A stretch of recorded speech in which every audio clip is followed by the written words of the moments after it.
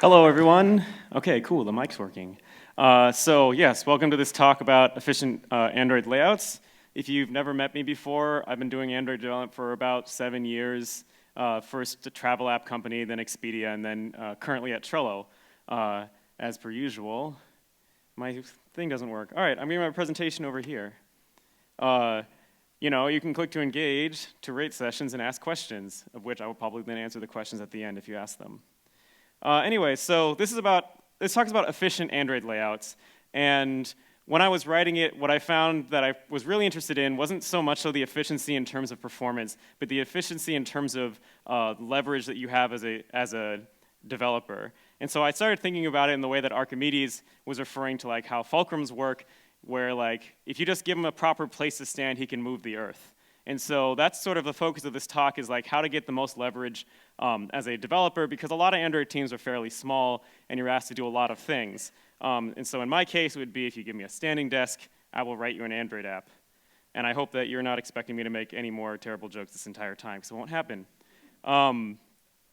So this is really just kind of a mishmash of things. There's no narrative, so I'm just trying to cover up the fact that I have no transition here. Let's talk about view groups. In particular, picking view groups. Which view group are you going to use for any particular layout? And I think the main thing is that the simpler view group you can get away with, generally the better, because the more complex ones require a lot more maintenance and you can run into a lot more bugs. And so on the like higher end of things, I'd say probably RelativeLayout's one of the most complex. ConstraintLayout is yet to be seen, but it looks like it's probably going to be more complex than RelativeLayout when it's finally done. Somewhere in the middle of there is LinearLayout, and then down there at the bottom is FrameLayout, which is one of my favorites because it's so simple. And there's a lot of other views in between, but these are the main building blocks for most applications. So RelativeLayout and ConstraintLayout, they sort of occupy the same space in Android right now, which is that they position views relative to each other. And RelativeLayout's sort of limited in this regard, but it's what we've had since the beginning, whereas ConstraintLayout is new and can do like all these amazing things. But there's some key problems with both of them besides the fact that they're fairly complex. One is that RelativeLayout is fairly slow, and then the issue with ConstraintLayout is that it's fairly alpha-ish at the moment. They haven't officially released it yet. So there's alpha builds out on Maven Central, but you know a few times they've completely changed the API around, so it's not necessarily production ready. I mean, you could play around with it now, and you can use it if you want, but you're going to end up with some of that cutting edge problems that you end up when you're trying new experimental technology. LinearLayout is great, you know, stacking views vertically and horizontally. You can distribute the weight. So this is a simple view where like the rows are stacked vertically, and then also I distributed the weight between those two spinners equally. I'm actually fairly okay with nested linear layouts as an opposition to RelativeLayout. And actually, last time I told someone this was like by far the biggest question that I got, is everyone coming to me later saying, but I love my RelativeLayouts.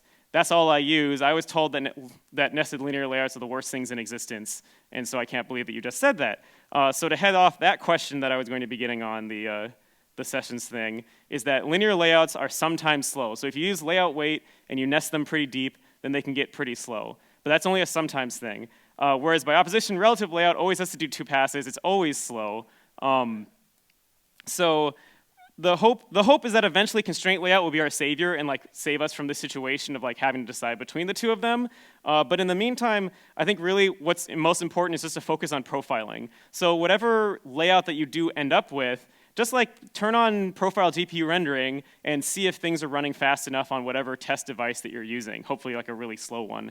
And if you've never used profile GPU rendering, I highly recommend Googling that and looking into that, because then you get these nice bars that show you whether or not you're hitting 60 frames a second and what sort of things you're spending too much time on if you don't. But really, I talked about all of that so I could talk about FrameLayout, which is my favorite layout in the world because it's so incredibly simple. All it can do is position things based on the parent bounds. So that is, you can position things inside the center of the frame layout, or you can position things on one of the 8 cardinal directions of the frame layout. Wait, am I getting that right? 1, 2, 3, 4, 5. Yeah, 8. So But there's a lot you can do with this. It turns out that a lot of layouts, if you just want to have, like, say, a simple progress bar in the center of some large screen, like, that's a frame layout. You don't need to do anything complicated with relative layout or what have you. It's also really great as a simple layout for overlapping views. So if you need two views to be on top of each other, frame layout's a great container for that. It's also good for things like clickable item backgrounds. So if you have some image that takes up a very small amount of space, but you want to have a nice, or like multiple views that compose a single thing that you click, it's good to have like a frame layout as a parent to that can actually have like the click detection, so when you click on it, it actually looks like something's happening. So a good example of this, like in the Trello application, is the notification bar up in the upper right corner. So this is always present on the screen. It's a single frame layout, and there's an icon inside of it. That white icon is always present, and then if you have unread messages, it'll put that little red thing on top of it. And so the white icon's centered, and the red icon is actually pegged to the upper right corner, but then you can use some margin in order to push it in so it doesn't just like ram up against the sides. And then on top of all of that, I can just have these views be very simply positioned and then have this clickable item background behind that, so when you actually click on it, something happens. Another thing I like using frame layouts for is what I'm calling toggle containers. So if you have two different states that you toggle between, sometimes you just have a single view that you actually change. Sometimes I've found it more handy to have like multiple views that you switch between. And so a frame layout's a good way to like contain two things in exactly the same spot and then toggle between them. So a good example of that in the Android app, in the Trello app, is the avatar view. So this is whenever you represent a member of a card or something like that. You can, if the user has their avatar set, then we want to show that. If they've never taken a picture, then we want to show their initials. And so it's essentially choosing between an image view or a text view, little fancier versions of which that allow you to render a circle, but basically lets you toggle between these two. So the avatar view brings up the next thing I want to talk about, which is view reuse. We use this avatar view all over the application. So these are just three screens, like a Trello board, a open Trello card, like some activity on the side, and there's like, actually I think 3 or 4 other locations we use an avatar view within the application. And so the question becomes, how do I reuse this in multiple places without having to rewrite the code everywhere? Because that would be kind of dumb. So the most obvious way is to use something called an include. So if you've never seen it before, the include tag allows you to point to a direct layout, and then it's as if that layout was just copied and pasted into the code right there. And you can't modify much of what you're including, but you can modify any of the layout params. So that's any of the things that starts with layout underscore. So that's a nice way to be able to include something that may have been match parent, but you don't quite want it to be in the end. But the problem here is that, okay, you get the XML in every single location, but you don't get any of the logic. So now I have to come up with some way to then apply, like find these particular views that were in the include, and then add the logic for actually binding that to the view. So what I actually prefer these days is using a custom view. And so with a custom view, I call, instead of include, I actually just have the view referenced directly.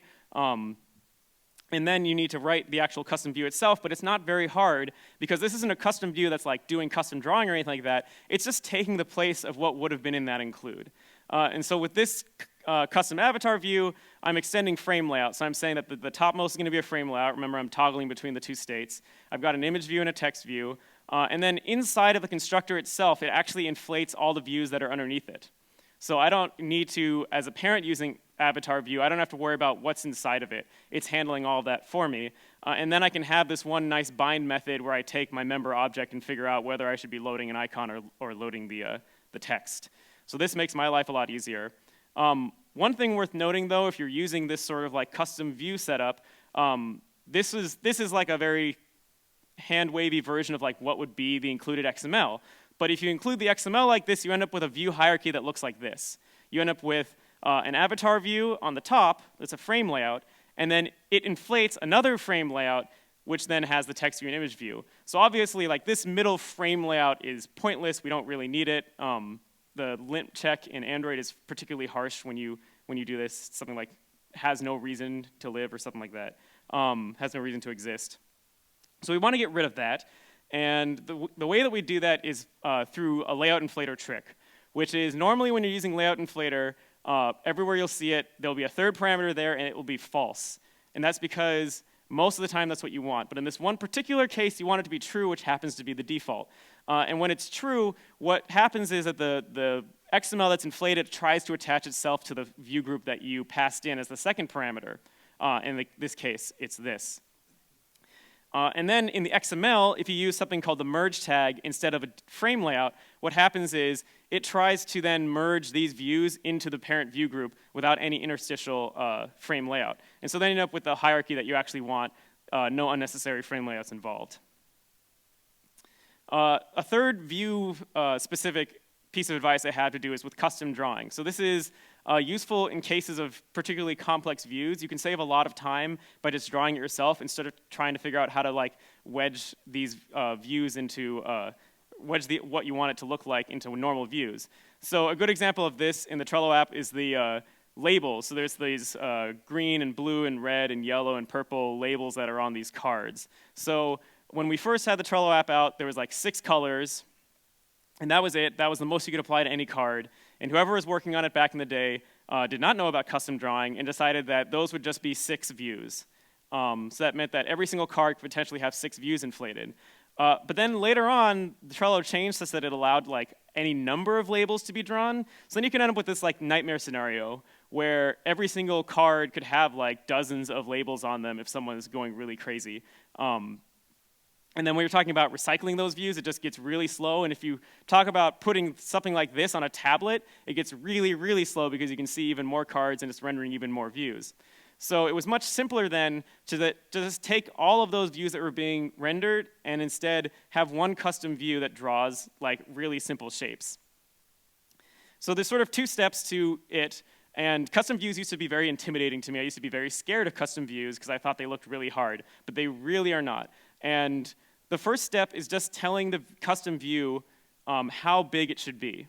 That is, how much space does it need to take up? Because I have my label view, which is really nice, but no one knows exactly how much space it's going to take up. So on measure is what you use to tell any parent view group how much space you need. And it turns out a lot of the times you can actually skip this whole step entirely. And the reason I say that is because in any view you can specify, I want this view to be 48 dp by 48 dp. If it turns out that your custom view is just always going to be the same size, like skip this entirely. Just define it in your XML, and you don't have to worry about that. In this particular case, because the size varies based on the number of labels, I had to write my own measure. And so a quick way of going through on measure, the message signature that gets called, you have these width measure spec and height measure spec, which was sort of confusing to me at first, but it turns out that these are just packed integers. So it's a single integer that these 2 parameters basically take the place of 4 parameters, which is that a width mode in size and a height mode in size. So the size is just a dimension value. The mode, though, is telling you how it wants you to handle that particular size that it passed. And there's 3 different measure specs for the mode. One is exactly, which means the parent view group wants you to be this exact size. The other is at most, so it take up as much space as possible. And undefined means you get to define whatever ideal width you would like in this situation. And so your typical on measure looks something like this, where you grab, and this is just for the width, then you would copy the same code for the height. You'd grab the mode and the size. If the measure spec is exactly, you probably want to just pass back the size that it gave you. You don't want to lie to the view. You don't want to like screw up the parent view group too much, or else it might get confused. Otherwise, calculate what your desired width is. And if the width spec is at most, then make sure that whatever your desired width is not larger than that size. Otherwise, if it's undefined, you just get to pick whatever desired width you want. Then, once you've done this for both the width and the height, you are by contract required to call set measure dimension in order to tell the view what you've decided for the width and height. Because there's no return value for on measure, you just actually have to call this method at the end. So that's measuring how big the view is, and the second is on draw. And this one is pretty simple. It just gives you a canvas and you draw. And so I'm going to leave this up to you because what am I going to say about canvas? This is not a talk about how to use canvas. Another thing worth considering is maybe in some cases you don't actually need a custom view. You could just write your own custom drawable. And the advantage here is that then you could take this custom written code and like apply it to any different view. So that's good if you want some special custom background of sorts. In that case, on measure just becomes something like get intrinsic height and get intrinsic width on a drawable. and then onDraw becomes draw. But again, Mike, I don't want to spend too much time on this. You can research more about it later. I highly recommend Cyril Maudier gave a talk about Android Drawables a few years ago, and I highly recommend that talk if you want to learn more about that later. And I'll be posting these slides too if you want to get the links. All right, styles. Let's move away from views. Well, not that far from views, but talk about kind of another layer above views, which is styles. So if you are applying XML to a view, this view has no style. Not because it's uncool, but because there is no style tag on it. And then, if you have a style, all it does is I'm creating some style resource which has the same attribute inside of it, and then the view itself then applies that style on top of whatever well, actually the style is applied first, and then whatever other attributes are applied on top of it. But essentially then, in the same way that includes are taking XML, layout XML and just stuffing it into a view group, styles basically take a bunch of attributes and stuff it into a view. And so where is this useful? It's very efficient when you need to style a bunch of what I call semantically identical views the same way. And so what I mean by semantically identical is that each view does exactly the same thing in your hierarchy. So a good example of this is a calculator, because in a calculator, you want all of these buttons, or at least like, the main number ones, to look the same. Another way to put it is that all the styled views should change at once. So whenever you want to change something. So if I want to change the text size of one of those buttons, my expectation is that all of them change at once. So that saves me a whole bundle of time.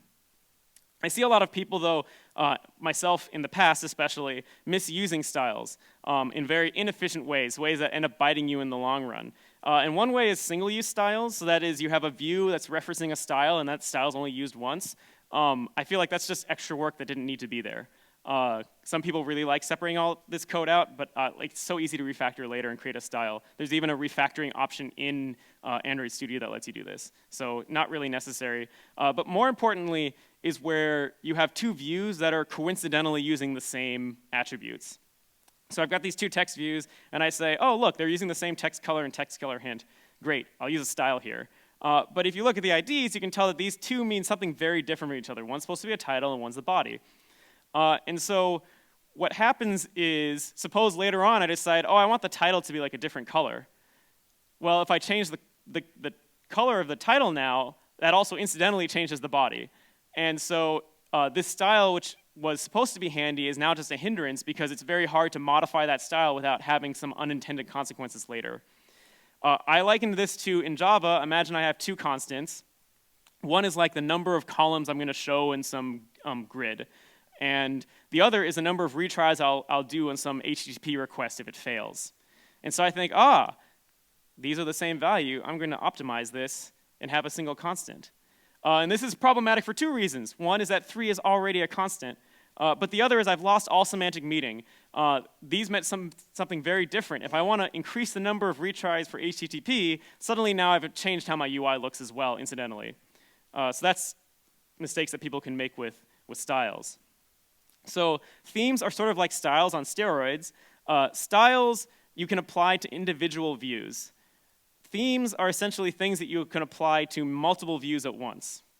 And so that can be like a view group, it can be an activity, or it can be like the entire application.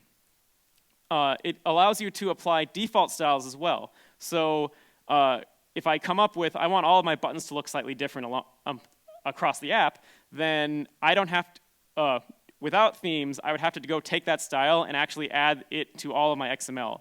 Whereas with themes, I can say, I would just like to have a default style for all buttons, and it automatically gets inflated for everything. And then the last lazy thing that it helps you with, at least in the context of my talk, is it allows you to configure system-created views. So if you've got pop-up windows or toolbars or something that the system creates, and that's one fewer thing you have to create. But before theming was, before you could theme on a view level, there was a lot of problems with like, oh, I have to like create some attributes that affect just this one weird pop-up, but then it screws up another part of my app. But it's very useful for configuring just like things that the system will create. So there's 3 ways to apply it. You can apply it, like I said, to the entire application.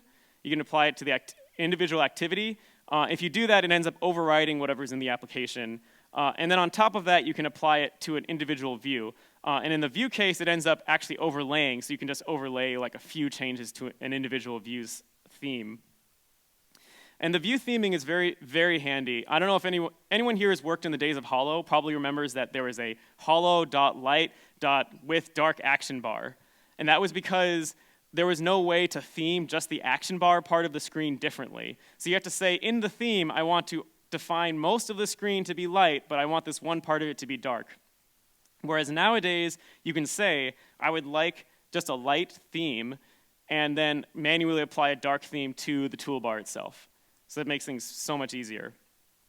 So in terms of theming, I highly recommend people look into AppCompat, which is one of the support libraries that Google puts out, if you're not already using it.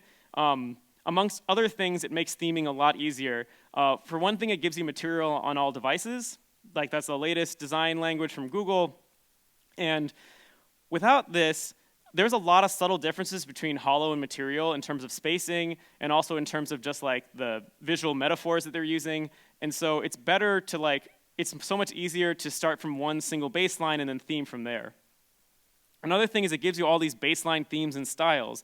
So you might want to change the default look of all your buttons, but you don't want to have to actually go and define a style which defines every single attribute that a button has to have. You just want to take the main one and tweak it a little bit, like add a little padding to all of your buttons. And so AppCompat makes it easy then to take the AppCompat button style and extend from that and then modify it. Without that, it becomes sort of a nightmare, especially between Holo and Material. And the third really important thing it enables is that it allows you to do view theming pre-Lollipop in XML.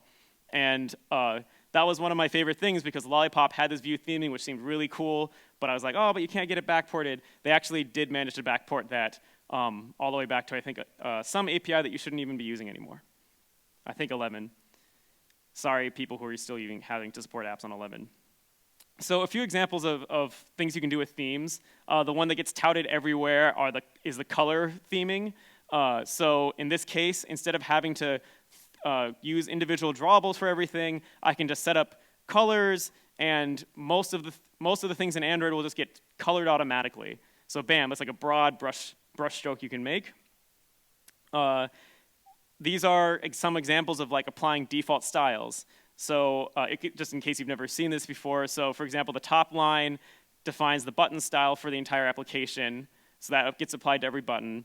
The spinner item style is handy because what if I just want to use the built-in spinner item layout row that Android provides, but I still want to style it a little bit, I can use that here. Text appearance is nice because then the text appearance can apply to text views, and then you can still apply another style on top of that. Another useful thing you can do with themes is that you can set up attributes which are then referenced in your XML.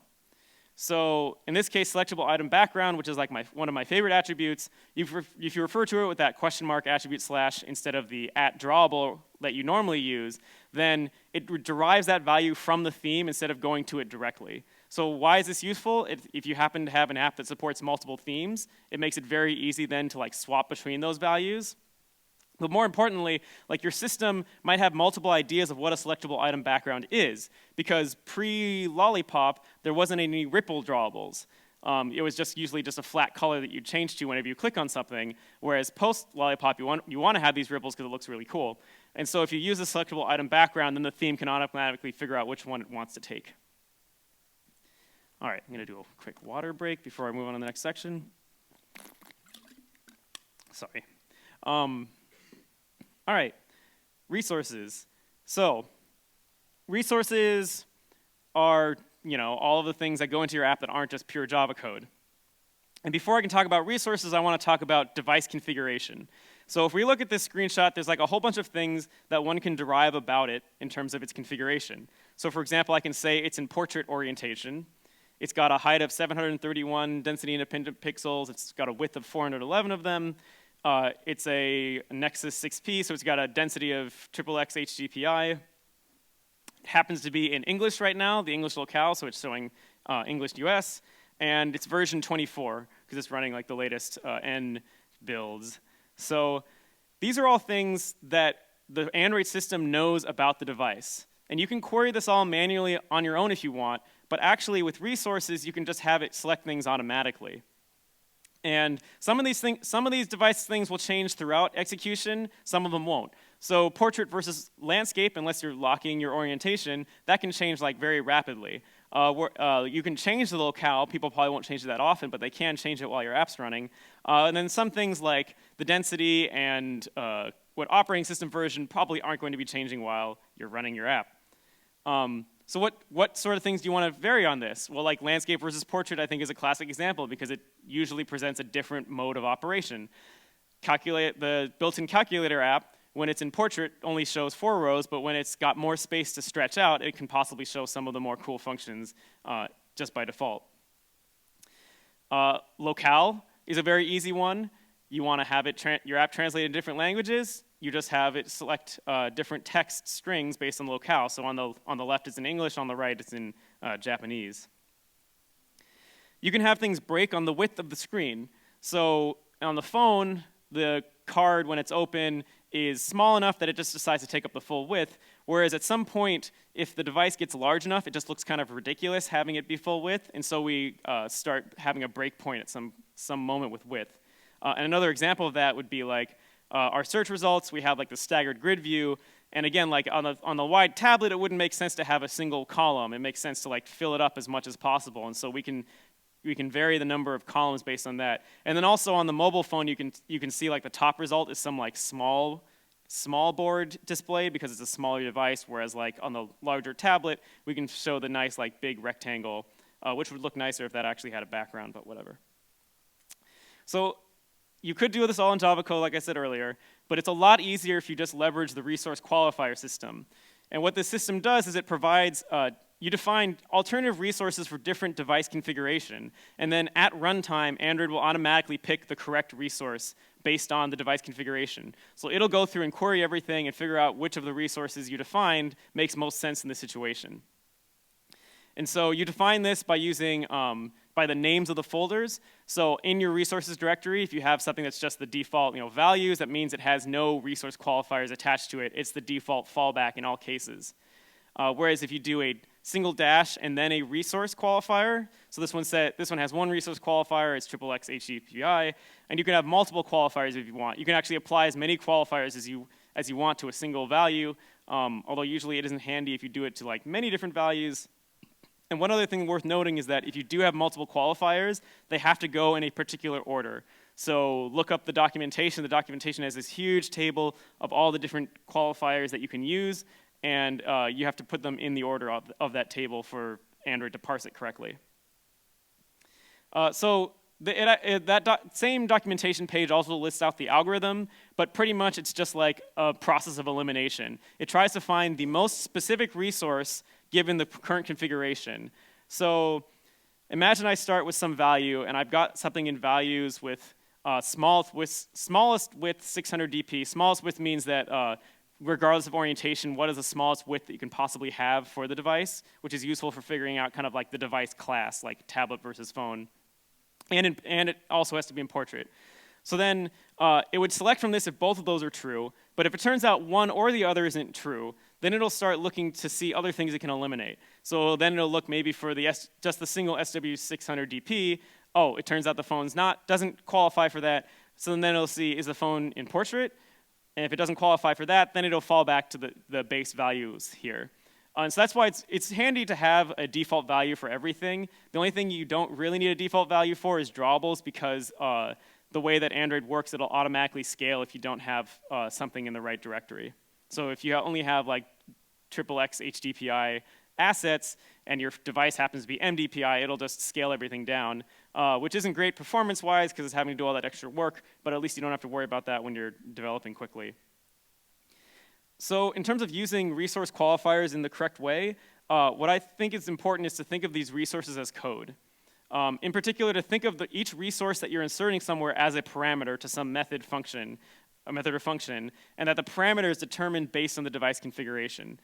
So for example, if you're thinking about this in terms of code, like the code on the left is insane and dumb because like I'd have to write a new square function per number that I want to square, whereas the one on the right has this parameter. So you want to think of it more in the terms of the things on the right. So one simple example, one that I like to use a lot, is actually letting the resource qualifier system determine some Boolean logic for me. So this is a simple one where I basically just want to know whether it's in portrait or not. Yes, you could query this from resources fairly easily, but this is just an example. So I could say by default is portrait is false, and then in particular when it is portrait, then it's true. And then I can get this Boolean value out. But this is really handy if you have like multiple different configurations in multiple ways that that Boolean could run. It can do all that calculation for you and you don't have to think about it. A more classic example is like using it for different layouts. So I could say I'm going to call setContentView, and I have these 3 different versions of layout, one that's the default, one that shows up in landscape orientation, and one that shows up in portrait orientation. And I made this slide far before I realized it's very improbable to actually end up ever without it being in landscape or portrait. You'd have to have a square screen for that. But basically it'll select the right one of these. But would be more clever, because with this you'll probably end up with some duplicated code. Because chances are there's not that much change that changes between portrait and landscape. So what's nice then is if you can use that code reuse, the include, and then it can switch on just that part of the code that changes. So I've got my linear layout, and inside of it somewhere there's an include, and that's the only part that changes based on orientation. So now I can have a single activity main, and then I can have a layout that's the default one, and then a layout that just modifies on the portrait. Along the same lines, let's look inside that include.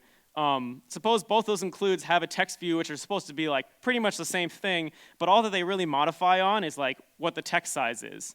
But that's, again, this seems kind of like a waste to have 2 different layouts here if all I really want to modify is the text size. So here what I can do is I can then reference a dimension, and then that dimension can be then determined based on the qualifiers as well. And then to take this even a step further, let's suppose we have a style somewhere in the application that's the same sort of thing. All that modifies is the text size. So I can again have this be a dimension, but now this style can be applied all over the application instead of applying it to like that dimension trick to just one particular view. So like in this example, I have like an activity main on top, and then by default it'll go to one include, but if it happens to be in portrait, it'll go to a different include. Both of those include a text view, which is supposed to be ostensibly the same between both, and so they use the same style. And then that style, based on the current configuration, determines what the text size is. So you can really go pretty deep with this and write very little duplicated code between all of your layouts if all that you're doing is changing things based on device configuration. And as an aside, this is why, generally speaking, you shouldn't override config changes on Android. That's a pretty common beginner way to get around the problem of like, oh, I rotated my phone and then my activity got destroyed and I didn't want that to happen because where did all my data go? And then someone says, hey, if you just override config changes, everything works out and all of your data stays around. And there's 2 problems with that. One is that it doesn't necessarily help you because you probably only override config changes for like orientation changes, but there's a lot of other ways that like the configuration could change on the fly. But for 2, it means that you bypass this system entirely. And because you're basically telling the Android system, I've got this, don't worry about it. Like this whole resource qualifier system is a major part of the reason why when you rotate your phone, the activity gets destroyed and recreated again. Because when everything gets reinflated, because it wants you to reinflate everything, because when you reinflate everything, something might have changed based on selecting a different layout. All right, Drawables. So this is, let's see how much time do I have? Good. All right. So Drawables is the last section I want to talk about, and I want to outline sort of a nightmare scenario that you may or may not have gone through. I've certainly gone through this many times. So imagine I'm interacting with design, and they send me a mock-up of a new screen. And in particular, like this is the login screen, and they wanted to add this login with SSO thing at the bottom. So then I look at this and I start working on it, but then I tell design I need this asset because I'm not good at design or anything. I need you to give this to me. So design says, okay, sure, no problem. So they send you over a zip file, you unzip it, and you get this one file that is, who knows how big this is supposed to be. So you tell design, okay, this isn't enough. I need more than this. Like I need one in all the different densities. And design says, oh, sure. They go do some research on how that works, and then they send you back a file like this and a zip that contains this. So now you've got all the assets that you need, but then you have to go through and rename everything and put it in the right folders and then import it into your project. And it's kind of just a pain. And that's a real pain to do with every asset. And then the kicker on top of all of this is at the very end, design says, actually, I want to tweak the color. And here's a new set of assets. And so now you have to go through this whole process again, and it's a gigantic pain in the ass. So my recommendation here, I've been working with the design team at Trello, and we figured out like a whole bunch of ways to like reduce all of this pain and all of this friction. And it's just made things so much simpler. And it's basically to think of assets as code as much as possible. Like, don't think of them as bitmaps that you get from design as much as you can. Think of it as things that you can execute in your application, because then it's so much faster to tweak and change things on the fly. So the first example of this is Drawable XML, which has been in Android since the very beginning. And Drawable XML are resources that you can define. You can do things like draw simple shapes. You can do things like set up state selectors. So that's where, if you press a button and it looks slightly different, that's a state selector. You can use it as a layer list. This is really handy because if you have two drawables that you actually want to like layer on top of each other with multiple states in between both of them, you might have thought like, okay, now I need to get design to like composite all these images for me. Actually, you can just set up a layer list and then change the two layers independently. You get that nice composition going on. A detailed example for this are the login buttons that I worked on once. And so these login buttons are entirely done through Drawable XML. So the first step to making these login buttons work is that I need to create that button outline. And the way that the button outline itself is just its own file. So we're not worrying about the clicked state right now. And it uses a shape drawable. The first important part is you can tell it what type of shape you want. You can also make ovals and stuff like that. But you're limited to very simple shapes with Drawable XML. I want to say that it's mostly filled with transparent space. And in fact, that should be the default, but I think on some older versions of Android, it was not defaulting to transparent for solid. I don't remember exactly why. Then I do want that white outline, though, so I give it a stroke, which then determines that outline, and I would like to have a small radius on it so it gets that nice little pretty button look. So that's just creating the outline. The blue actually comes from the background of the entire screen. I just put it there because otherwise it would be really hard to see with my white background on the slides. So then we need to have some behavior to it. When I click it, I want to actually be able to tell that I clicked it. And so we need to add a selector to it, which you can see in this beautiful little 2-frame GIF. And so the way that I'm doing this is actually layering a selector on top of that outline I just talked about. So I'm using a layer list, and that layer list allows me to take two drawables and put one on top of the other. And I'm saying the top layer is that outline that I just showed you. That's the previous code that I showed you is what's going on top. So that's always going to be drawn. And then the other layer is a selector. And the selector just has two states in it. And one of those states is when it's pressed, then I want you to draw this other shape. So again, I'm using another shape drawable in order to determine what should be drawn inside of it. And in this case, it's a little simpler because I can just say, I want you to have a solid color, but then again, also have the corners so it doesn't end up bleeding out of the corners. And then when it's not pressed in the default state, then it'll just be transparent. So that's great and all, but then in version 21 of Android, they added these nice ripple drawables, which look really pretty. And doing that requires a whole different set of code. And so for that, you end up using something that's a ripple XML, something they added in version 21. And that inside there is where you say what the color of the ripple should be. And then after that, I add like, okay, I still have the same button outline as what's actually being drawn in that ripple. But then the last part of this is that I define a mask. And that mask basically says this is the outline of where the ripple should appear. And so then the actual like solid color inside of it doesn't really matter. It's just the fact that this drawable will draw to this particular area that matters. And so I was able to get away with all of this and have a different version for different versions of Android by using the resource qualifier system. So at the bottom, there's the outline that I'm always going to be using, but then the default button uses the state selector, which will always work all the way back to version 1 of Android, I think. And then Drawable v21 for that ripple drawable I can use there. So Drawable XML, a fairly good way to skip a lot of work. And then I just had to ask design for the colors. I didn't have to ask them for anything else in particular. Vector drawables. So like I said, the shape drawables lets you draw very simple shapes, nothing complicated. Vector drawables lets you do any sort of vector drawing you want, or most vector drawing that you want. And so it allows you to do very complex shapes. And the advantage here to using a vector is that you don't have to then worry about density of the screen all that much. Because like before, I was having to get these PNGs from design that was in all the different densities. Here, they can just give you a single vector, and then it's automatically drawn at whatever is the best resolution for that screen. So that's a huge time saver, but there is one problem with the way that Android implemented vector drawable. Oh, another point is that vector drawables were added recently in Android, but there is a back-compatible library in the support libraries for using vectors all the way back to, I think, 14 or something like that. But there is a big problem with the way that Android did it, which is that they came up with their own vector drawable format that is not actually SVG. And if your designers are anything like my designers, they know how to speak SVG really well. All of their tools know how to output in SVG, and none of them know how to output as vector drawables. So you need some way to convert these SVGs that your designers are giving you into vector drawables in the app. So there's sort of two ways of doing it. Yeah, sad design. There's two ways of doing this. And one is when in Android Studio, you can say, I want a new vector asset.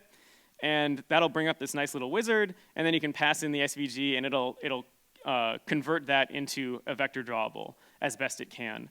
There are some SVGs that it doesn't work very well with and won't convert. So that's good, but I still am even lazier than this because I don't want to have to go through a wizard every time I import a new asset. So instead, we actually wrote this. We wrote this before all the vector drawable back-compat stuff happened, but we're still using it, which is this Android plugin that we wrote called Victor. And what Victor does is you basically define any number of source sets anywhere that you have your SVGs, and it'll just slurp all those up and then output something that the system can render. And for a while, it just output PNGs, but then eventually we were able to get to actually grab the code that is in this new vector asset stuff and then use that to convert it straight into vector drawables.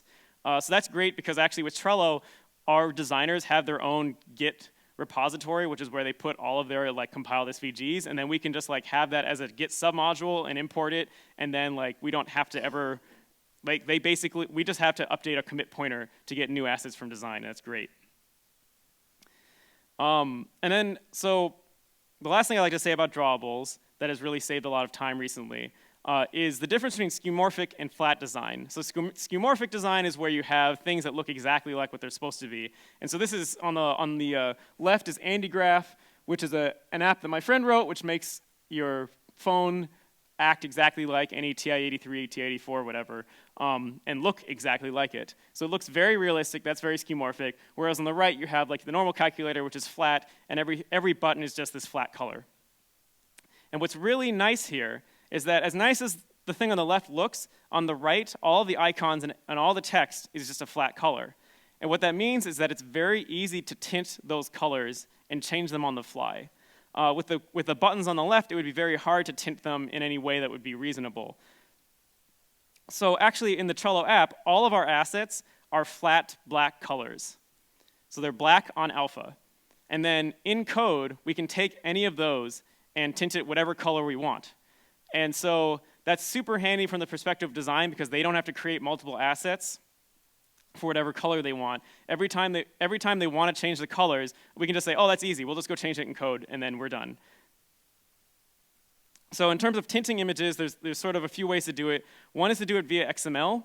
But besides the fact that ImageView has had this tint attribute forever, which doesn't quite work all that well, it's not backwards compatible. It got added into recent versions of Android to be able to tint drawables in XML, but they haven't figured out any way to actually backport that functionality. So I end up actually doing most of the tinting in code, which is, it's very simple with ImageView and drawables. You can call setColorFilter, and then you just pass in the color. And then it turns out that for a black icon on alpha, you want to use the Porter-Duff mode of source in. That's actually why the XML image view of the tint attribute there, I don't like it very much because it uses a Porter-Duff mode that isn't compatible. I think you have to create white icons on alpha, which we're not doing at the moment. If you want a really comprehensive solution, this exists in the support libraries, is DrawableCompat. And with that, you actually wrap the drawable, and then you can call setTint or setTintList on that wrapped drawable. And the main advantage that has over just calling color filter directly is that it can handle tint lists. So you can have multiple different selected states for that wrapped drawable and color, and you can tint all of it equally. But since we're not actually using that in the app, we don't end up doing that very often, and so set color filter is just a faster, easier way of doing it. Anyways, so that was all that I've got. This was a slide I was told to put up as well to let us know what you think. Click the happy face if you liked it or the sad face if you didn't like it. And thanks very much for coming and listening to the talk. The middle link is to my blog where I've written more about some of these things. And then some parts of this talk were taken from other talks that were like more detailed, in particular like the styles and themes. I went into much more detail on that. So you can look at my old speaker deck to like find those talks if you're more interested in learning some of the more nitty-gritty details there. And thank you very much.